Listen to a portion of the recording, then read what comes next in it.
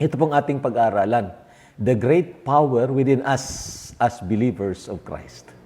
Wow, grabe po ito mga kapatid. In fact, nang sinimulan natin ang series doon sa follow-up, ay binanggit ko na po ito at sabi ko sa inyo, ipapaliwanag natin yon.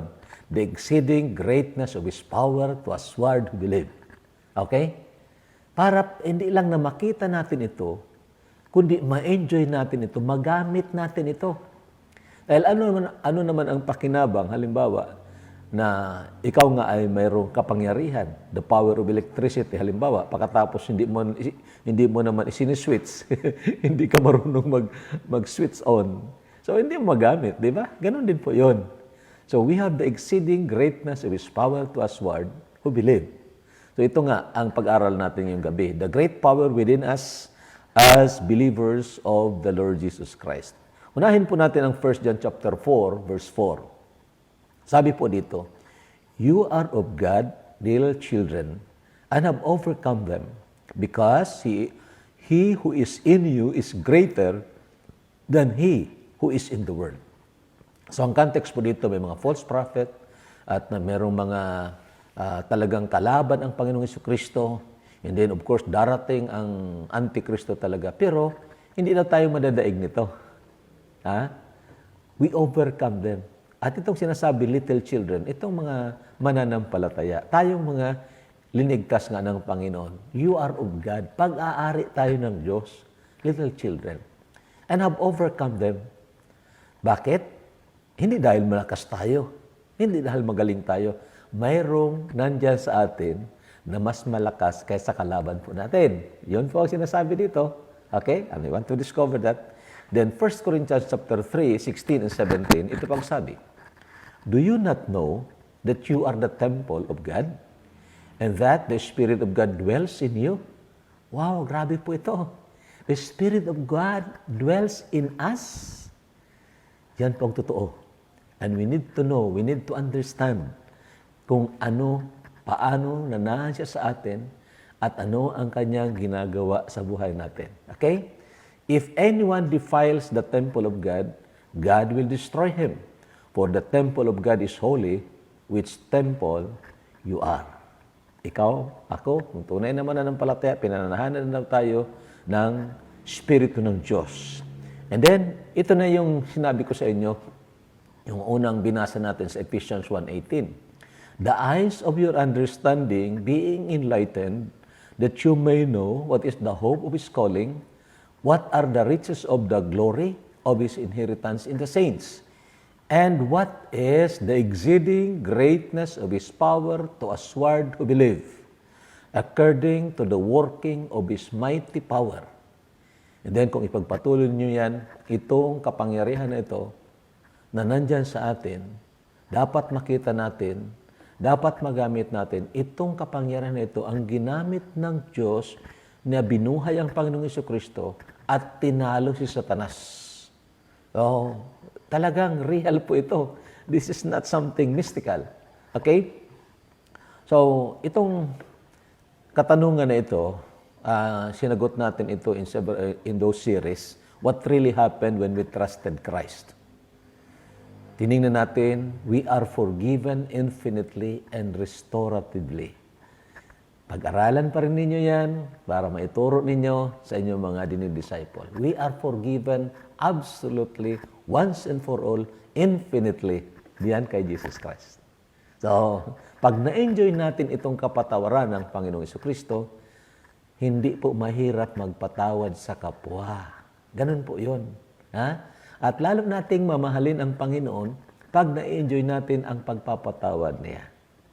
So, pinag-aralan natin itong restorative forgiveness.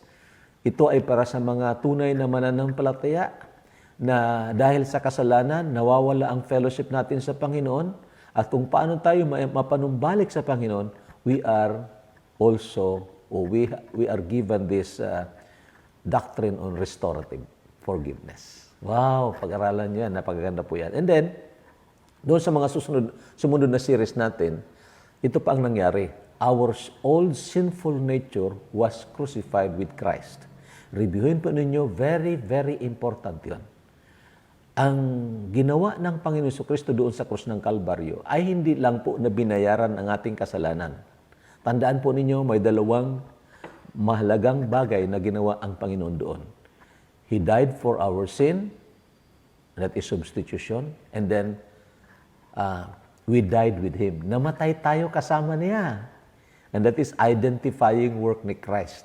Pag-aralan po ng ating maigi yan, kasi ang pakikipaglaban po natin sa spiritual nating kaaway, dapat alam natin kung ano ang armas na dapat nating gamitin. Yun nga po, the promises of the Lord.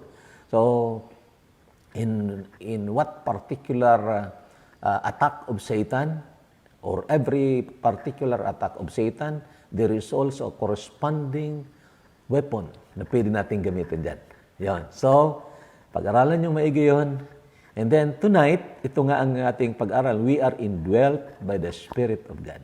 Tayo ay pinananahanan ng Banal na Espiritu. So, what really happened when we trusted Christ? We are forgiven. The old sinful nature was crucified with Christ. And then, we are indwelt by the Spirit of God. So, yung pinagkukunan natin dati ng lakas at ng mga ideya, yung datihang pagkatao nandiyan sa kaluluwa natin, pinatayon. Ngayon, ang dapat nating pagkunan ng lakas ay ang Banal na Espiritu. Okay? So, diretso po tayo, who is the Holy Spirit? Ang Banal na Espiritu, mga kapatid, ay distinct person in the triune God. May tatlong persona na sinasabi ang salita ng Diyos. Tatlong persona, the Father, the Son, and the Holy Spirit. Hindi ito sila isang persona, tatlong persona, pero iisang Diyos. Ang Ama, hindi po siyang Banal na Espiritu. Ang Espiritu, hindi rin siya si Jesus Christ. So, distinct nga distinct. Three persons in the triune God. So, ito maliwanag naman sa 1 John 5:7. For there are three that bear record in heaven, the Father, the Word, and the Holy Spirit. And these three are one. So maliwanag naman po ito. And ang approach natin sa pag-aral nito ay hindi yung para tayong mga theologians. Hindi po. I did not use that kind of approach. I want yung practical theology. Ang ibig sabihin, ang katotohanan, maintindihan po natin, then, of course, maangkin ang ating puso, and then, maipamumuhay natin ito sa araw-araw nating pamumuhay. So, that's practical theology. So, ngayon, ito pa po. Tingnan po natin na talagang magkakaiba, distinct ang Ama, distinct ang Anak, at distinct din ang Banal na Espiritu. Hindi po ito three manifestations. Hindi po. It's not oneness. Okay? But rather, three persons, one God. Okay, sige. Basahin po natin Matthew 3:16. And Jesus, when He was baptized, went up straightway out of the water, and lo, the heavens were opened unto Him. And He saw the Spirit of God descending like a dove and lighting upon Him. And lo, a voice from heaven saying, This is my beloved Son, in whom I am well pleased. So, binabautismo ng Panginoong Jesucristo, nandoon yun sa ilog ng Jordan, and then bumaba ang Banal na Espiritu na parang kalapati, and then napakinggan ang tinig ng Ama, This is my beloved Son, in whom I am well pleased. So, nandoon ang tatlo. Nandoon ang Panginoong Jesucristo, binabautismuhan, nandoon ang Banal na Espiritu na parang kalapati, at nandoon ang Ama na nagsasalita. So, three persons, one God. Huwag tayong magkakamali niyan dahil yan po ang Diyos ng Biblia. Pag magkamali ka dyan, mali na lahat. Mali na lahat. Hindi yan ang tunay na Diyos. Okay, so, ito na po tayo. How did He dwell in us? Paano siya nanahan sa ating buhay? Partly nabanggit ko na po ito, nang tayo po ay nanampalataya sa Panginoong Jesucristo, tayo po'y ipinanganak na muli. Sabi pa ng Jeremiah, binigyan tayo ng bagong espiritu. Bagong espiritu. At doon sa bagong espiritu na yun, inilagay ang banal na Espiritu. Meaning, sa Espiritu natin, doon nanirahan ang banal na Espiritu. So, reviewin ninyo, napag-aralan natin partly yan. So, ang tao baga, mga kapatid, tatlo ang bahagi. So, alam natin yon, spirit, soul, and body. Nang tayo manampalataya sa Panginoong Jesucristo, ang ipinanganak na muli ay ang Espiritu. Kaya nga sabi ng John 3:6, that which is born of the flesh is flesh, and that which is born of the Spirit is Spirit. So ang Espiritu na namatay, nahiwalay sa Panginoon, then ito ay ipinanganak na muli. At doon nanirahan ang banal na Espiritu sa ating espiritu. Now, maganda siguro, pag-aralan din natin ang sa lumang tipan ng tinatawag the dwelling of God. Sa lumang tipan, mga kapatid, of course, may pagkakaiba yan kaysa atin. Sa lumang tipan, ang banal na Espiritu, He dwells with the believer.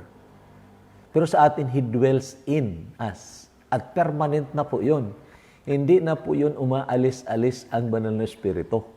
No, basahin po nito, John 14:16. And I will pray the Father, and He shall give you another comforter, that He may abide with you forever. John 14:16. Sabi ng Panginoong Jesucristo, ipapanalangin ko sa Ama na bigyan kayo ng another comforter, another of the same kind, upang manahan siya sa inyo forever.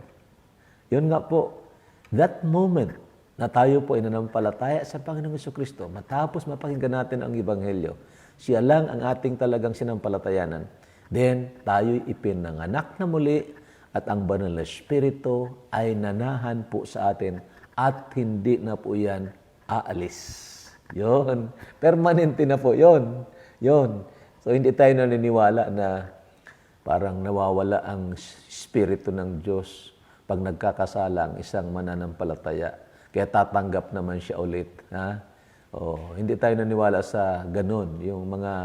May mga nagtuturo niya na natutumba pa kung pumasok doon ang banal na Espiritu. Wala yan sa Biblia. Ang alam kong natumba ng pinasukan ng masamang Espiritu. Ha? Pero hindi yung banal na Espiritu. So ito po. Now, sa lumang tipan, mga kapatid, ang dwelling place ng Diyos noon, una, kung naalala ninyo sa tabernacle, yung pinagawa kay Moses, una baga nang umalis sila mula sa Ehipto, then mayroong nag-guide sa kanila. Ang nag-guide sa kanila, kung gabi, naging parang apoy, pillar of fire. Pag umaga, nagiging pillar of clouds at nilalambungan sila. Grabe, ang bait talaga ng Diyos. Talagang grabing pag-alaga niya sa mga Israelita. Nilalambungan sila para hindi mainitan masyado. 40 years pa naman sa wilderness na marcha sila doon. So yun, sinusundan sila. And then, pagdating nila doon sa Mount Sinai, itong tinatawag glory ng Panginoon, the immediate presence of God, nag-stay doon sa Mount Sinai. Doon sa bukid, sa tuktok ng bukid Sinai. At doon, alam ninyo yon, doon ibinigay ang 10 utos. Ngayon, doon din, sinabi ng Panginoon kay Moises, gumawa ka ng tabernakulo. Ipinakita sa kanyang pattern, a heavenly pattern, pinakita sa kanya doon. Pagkatapos sabi ng Panginoon kay Moses, gawin mo ito according to what you have seen. At ginawa yun ni Moses. Of course, may mga kasama siya, may mga galing na mga nagsipaggawa noon. And then, according to the command of the Lord. Matapos magawa yun ni Moses ang tabernakulo, then, umalis doon yung pillar of cloud or pillar of fire mula sa tuktok ng Sinai at nag-transfer doon sa tabernakulo. Yun. And then later on, of course, yun ang dala palagi nila yun. Sinusbaybayan sila, mayroong dala nila yung Ark of the Covenant hanggang dumating ang panahon na si Solomon ay gumawa ng templo. You can read that in 1 Kings chapter 6. At matapos magawa yung templo, then yung presensya ng Panginoon umalis doon sa tabernakulo at nanahan doon sa templo. So, ganun ang dwelling place ng Panginoon sa Lumang Tipan. Kaya nga, bawal sa kanila magsamba sa ibang lugar. Doon lang talaga sa kung saan nandoon ang Ark of the Covenant. Pero sa Bagong Tipan, sa ating kalagayan ngayon, ito grabe, sobra pa ito mga kapatid. Kaya nga, very privileged po ang mga tunay na mananampalataya. Bakit?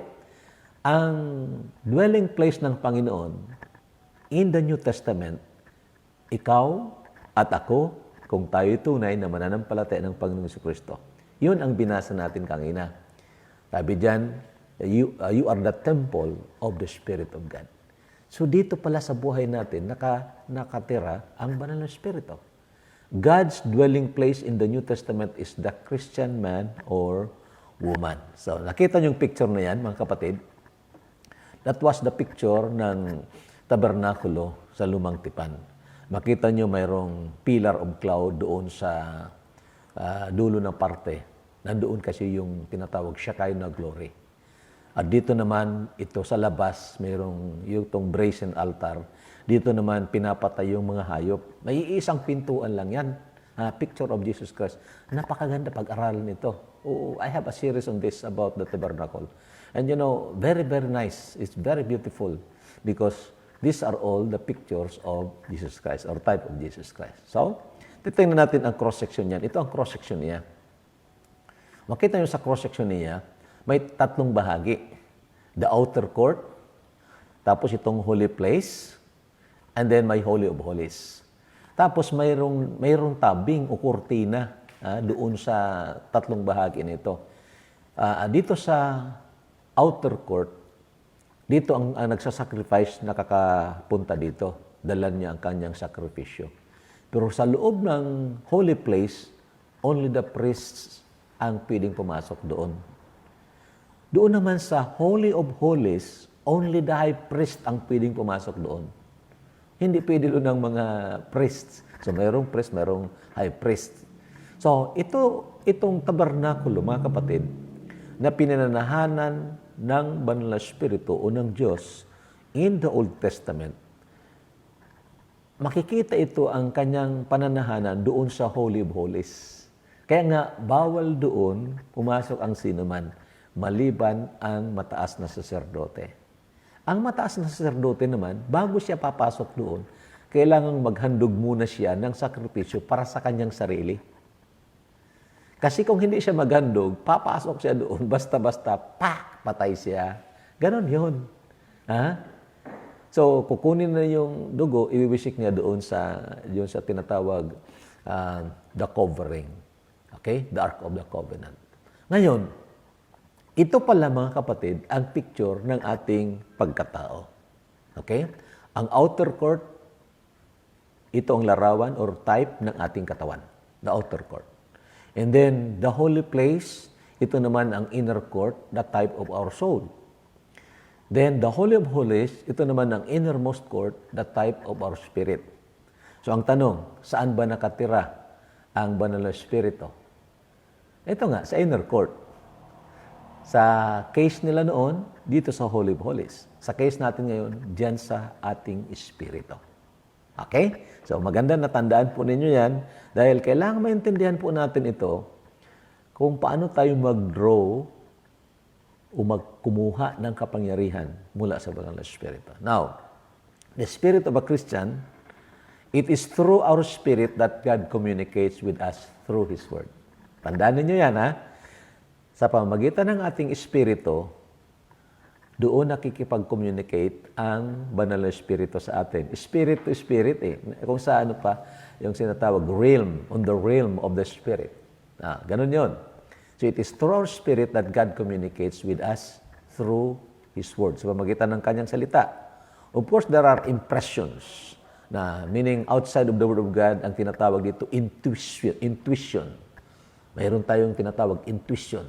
It's more than the work of the conscience. Now, ang tunay na pagsasamba nangyayari din sa Espiritu. True worship happens in the Spirit. O itong mga talata. Unahin natin Romans 8:16. Sabi po dito, the Spirit itself bears witness with our spirit that we are the children of God. Yon, nag-uusap dyan ang banal na Espiritu at ang ating Espiritu. God is a Spirit, and they that worship Him must worship Him in Spirit and in truth. Yun nga, magsasamba tayo sa Espiritu at sa katotohanan. Kaya nga sabi ko sa inyo doon sa preaching, kung pag-aralan ninyo yun, reviewin ninyo yun, maganda po yun. Hindi dahil preaching ko kaya maganda, hindi po yun. Kundi,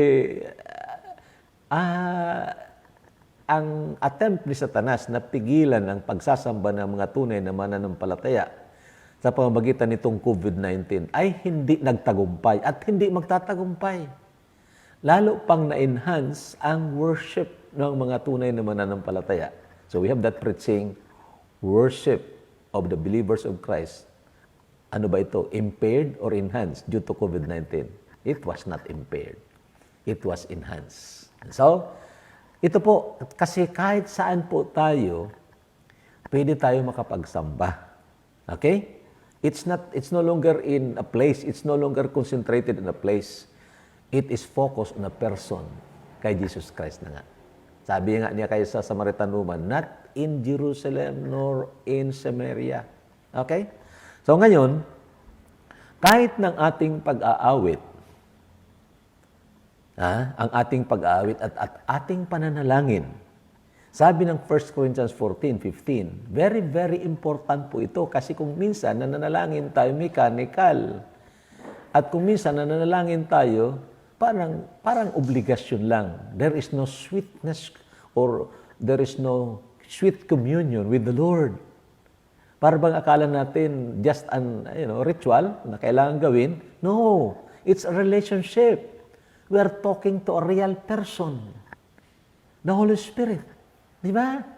So pag-aralan yung series natin sa prayer at doon inilatag ko po sa inyo ang pundasyon. Very, very important po yan basta tunay po tayo na naligtas. Okay? So what is it then? I will pray with the Spirit. And I will pray with understanding also. Anong ibig sabihin with understanding? Hindi na parang blah, blah, blah, blah, kung ano na panalangin. It's not. It's really with understanding. Okay?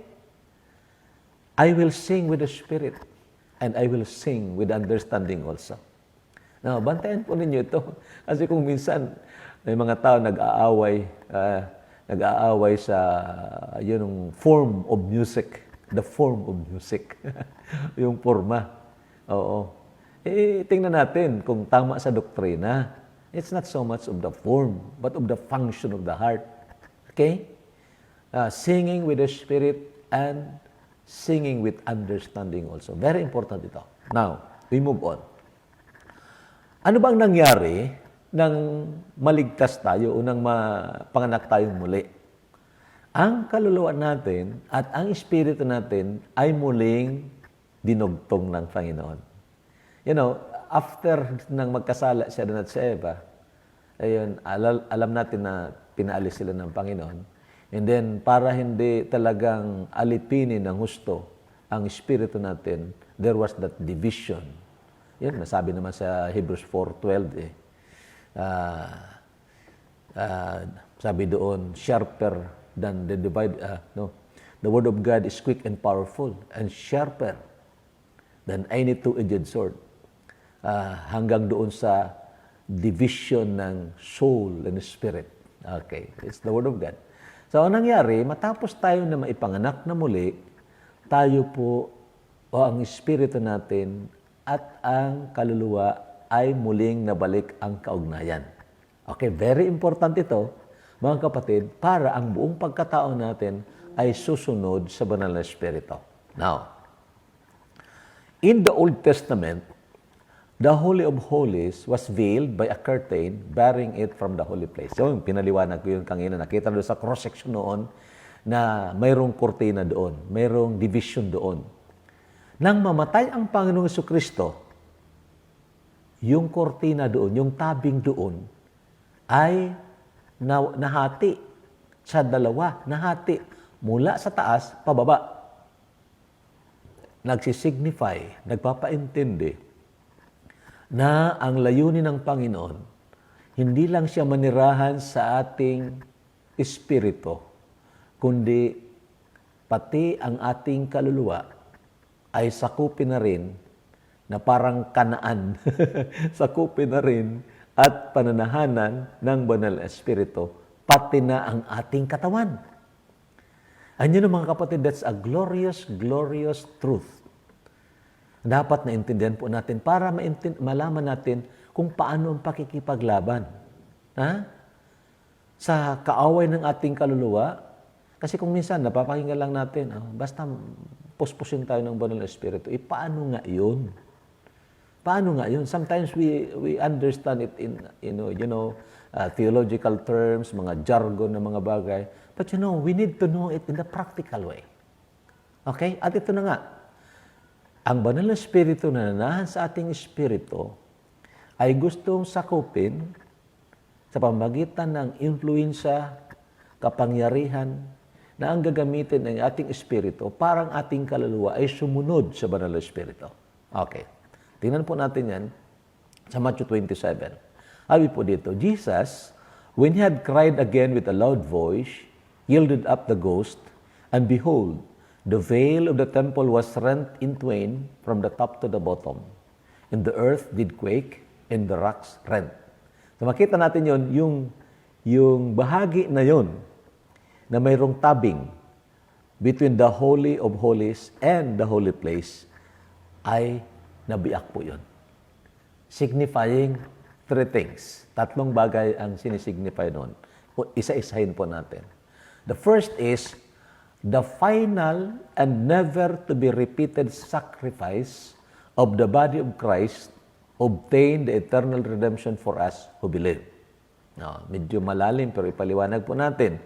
Kasi ang salita po ng Diyos, hindi po magkontra-kontrahan yan. Ang sinabi sa lumang tipan, pinapagtibay ng bagong tipan.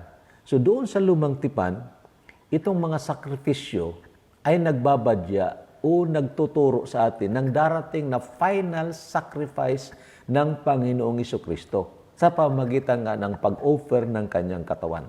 At nangyari na nga yun.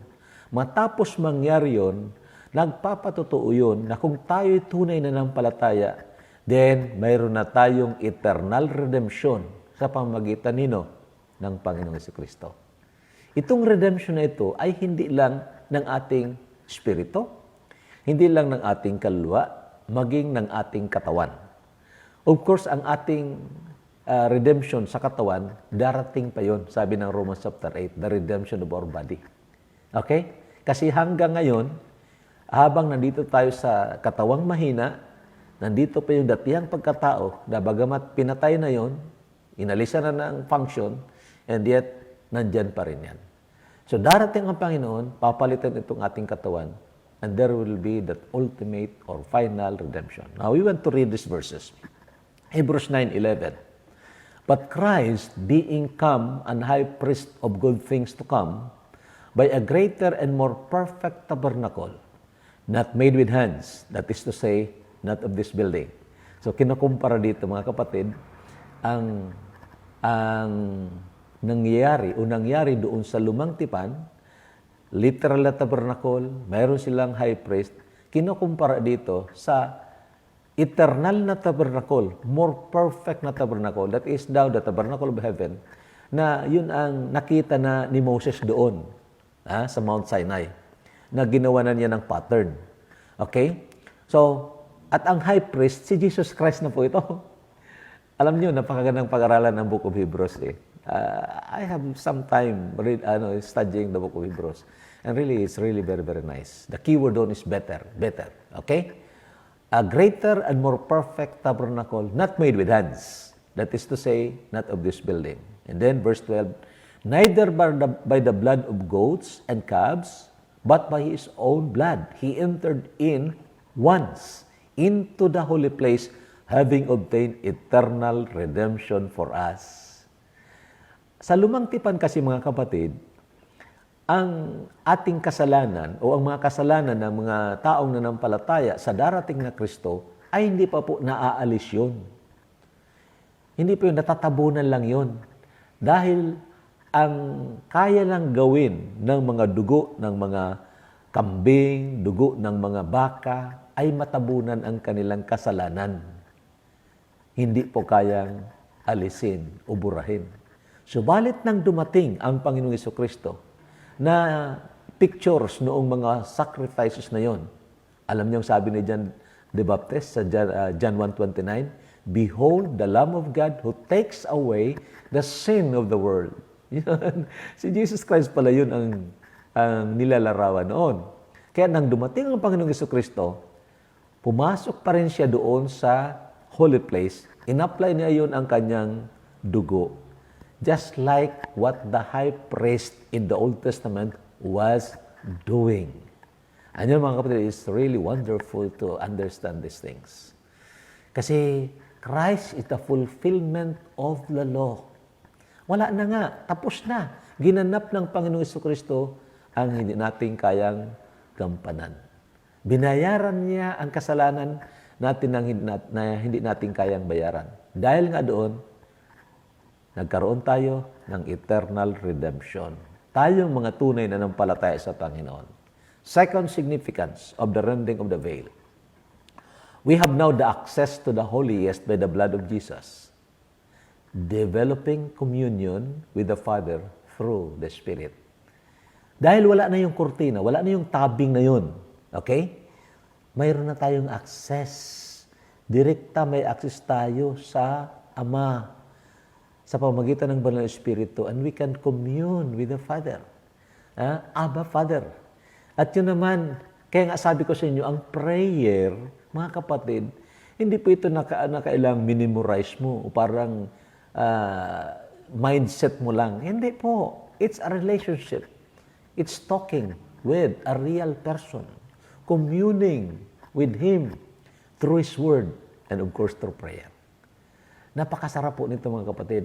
Binuksan ng Panginoon ang access na yan. Hindi mo kailangan mag-load, hindi mo kailangan ng cellphone, walang disconnection dyan, tuloy-tuloy yan. Ma-disconnect ka lang kung may kasalanan. Di ba? Sabi nung Psalm 66:18, if I regard iniquity in my heart, the Lord will not hear me. Pero pag kinonfess natin kasalanan sa Panginoon, then balik yung access natin. So, pwede tayong makipag-usap sa Panginoon at humingi sa kung anuman ang kailangan natin na garantisado naman ipinangako ng Panginoon sa atin. Okay? So, napakasarap po nito. We have an access. Ito po ang mga talata. Having therefore, brethren, boldness to enter into the holiest by the blood of Jesus, by a new and living way, which He has consecrated for us, through the veil. Andiyan ang word, through the veil, that is to say, His flesh. And then verse 21 and 22, and having an high priest over the house of God, let us draw near with a true heart in full assurance of faith. Lumapit tayo, hindi tayo itatakil ng Panginoon dahil nga, anak na tayo ng Diyos. Having our hearts sprinkled from an evil conscience and our bodies washed with pure water. What a great privilege ng mga tunay na mananampalataya to commune with the Holy God through the Holy Spirit. Ano nyo mga kapatid, ito ang kung minsan hindi masyadong na-emphasize sa atin. Hindi na-emphasize. Kaya ito, para tayong nananalangin ritualistically, at para tayong nananalangin o nagbabasa ng salita ng Diyos, ganun pa rin ritualistically. Sabi ko sa inyo, we approach the Word of God not just as a book of information. Yan, mga scholars, magagaling yan. Mas matalino pa yan sa atin. Talagang magaling yan sila mag-expound. Exegesis dito, exegesis doon. But you know, it's another thing to exegete the Scriptures. It's another thing to be fed by the Scriptures. So we approach the Word of God not just as a book of information, but as a book of nourishment, pagkain ng ating kaluluwa. Kaya nga sabi ko sa inyo, lalapit tayo, gutom at uhaw tayo spiritually. Ipanalangin natin yun. Ha? Panalangin kung tunay na ipinanganak tayo muli, ay talagang mayroong kagutom ka dyan. Sigurado yan. Ha? As newborn babes desire the sincere milk of the word, that you may grow thereby. So, pangatlo, which is very, very important, ito po, significance of the rending of the veil.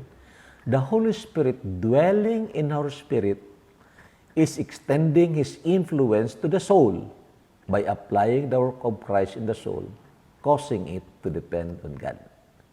So ito ngayon, ang banal na Espiritu na nakatira sa ating Espiritu, dahil bukas na ngayon, wala na yung tabing, may connection na muli ang Espiritu natin sa ating kaluluwa. Sa pamamagitan ng banal na Espiritu, mai-influensya itong ating kaluluwa na nasanay sa pagdepende sa kanyang sarili, nasanay na mag-isip sa kanyang sariling kaisipan, ito na ngayon, matututo ito magdepende sa banal na Espiritu. So, hindi lang ang Espiritu natin ang panananahanan ng banal na Espiritu, pati na yung kaluluwa natin. And that's very, very important. And nandoon nangyayari yung battle. Mayroong labanan. The Spirit fight against the flesh. Sabi ng Galatians chapter 5, sa binasa po natin. So mga kapatid, we need to know this. This is why we are in a fight. Nandoon po tayo sa labanan. And we are promised of a certain victory. Sigurado po yun. Basta, matututo tayong magpasakop sa banal na Espiritu. Then, with the Holy Spirit, alongside with our spirit, then we overcome the soul. And then, the soul follows the Spirit. And follows the Holy Spirit. Now, Romans 8:11. Tingnan nyo ito. But if the Spirit of Him who raised Jesus from the dead dwells in you, He who raised Christ from the dead will also give life to your mortal bodies through His Spirit who dwells in you. I don't know kung na-experience natin ito mga kapatid, na even our mortal bodies, itong katawan natin, can be quickened, enlivened by the Spirit of God. I don't know kung makatulong ito sa inyo, pero there were times noon, lalo pa nang nasa pioneering stage kami dito. Talagang there are times umuwi ako ng hating gabi, I'm fully exhausted. Talaga, pagdating mo, minsan gutom ka pa. Minsan, yung morsel of bread. Yung morsel. Ayun. Pero I enjoy that by the grace of the Lord. Pero ang point ko is, there were times I'm fully exhausted. May time na parang ayaw kong bumangon dahil pagod na pagod ako. But then I have to wake up. I have to wake up. I have to have my devotion. I have to pray. I have to pray for people. And so sabi ko, Lord, tulungan mo ako. Hindi ko kaya ito. And many, many times, the Lord quickens my mortal body. Totoo po kasi po yan, mga kapatid. Hindi po ito something, mystical. Itong pangako The Holy Spirit can quicken our mortal bodies. Hindi na tayo nagkakasakit. Pero kung kinakailangan, dahil mayroong gustong ipagawa sa atin ng Diyos, even in that point of weakness, He can quicken our mortal bodies. Okay? So, verse 12 and 13, Therefore, brethren, we are debtors not to the flesh, to live after the flesh. For if you live after the flesh, you shall die. But if you, through the Spirit, binanggit ko na po ito, through the Spirit, do mortify the deeds of the body, you shall live. Paano natin ibibilang ang ating sarili, ang ating datiang pagkatao na patay na? Hindi yan gagawin ng kaluluwa natin. Hindi yung gagawin. Through the Spirit. Through the Spirit. Tandaan niyo yan. It is through the Spirit that the work of Christ is being applied in our soul. Hindi lang yung forgiveness, kundi pati yung kamatayan ng datihang pagkatao. It is applied in our soul.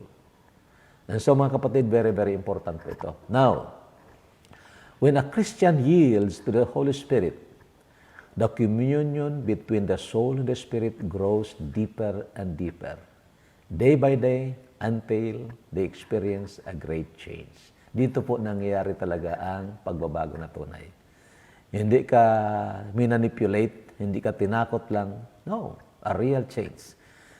Pag ang isang Kristiyano natutong magpasakop sa banal na Espiritu, araw-araw, moment by moment, ang pakikipag-ulayaw ng kaluluwa at ng Espiritu ay lalong lumalalim araw-araw. And then, susunod lang ang kaluluwa natin. The mind is being influenced, the emotion is being influenced, and even the will is being influenced. And then, it all follow.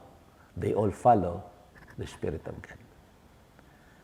I wish I would have time, mga kapatid, teaching this more about how to, how to win over the battle in our mind. Kasi, grabe po yun. Ang battlefield or battleground ng mananampalataya, yung mind natin. And we need to, to saturate our minds with the Word of God. I beg of you, magbasa kayo ng salita ng Diyos. Kung pwede pa i-memorize ninyo. Lalo ng mga kabataan. Na-memorize nga ninyo kung sinong mga artista dyan, pati mga lulo nila, na-memorize ninyo. Na-memorize nga ninyo mga NBA players, pati yung mga numbers ng kanilang mga jersey. Bakit hindi nyo ma-memorize ang scriptures? Diba? Mga kapatid, if you are serious about spiritual things, God is very, very serious also in making us grow in our relationship with Him. Okay? So, ito po, balik ulit sa original. Ano nga ito? Itong picture na ito, alala niyo? Before the fall, ang Diyos, sumusunod lang po ang ating buong pagkatao sa Diyos.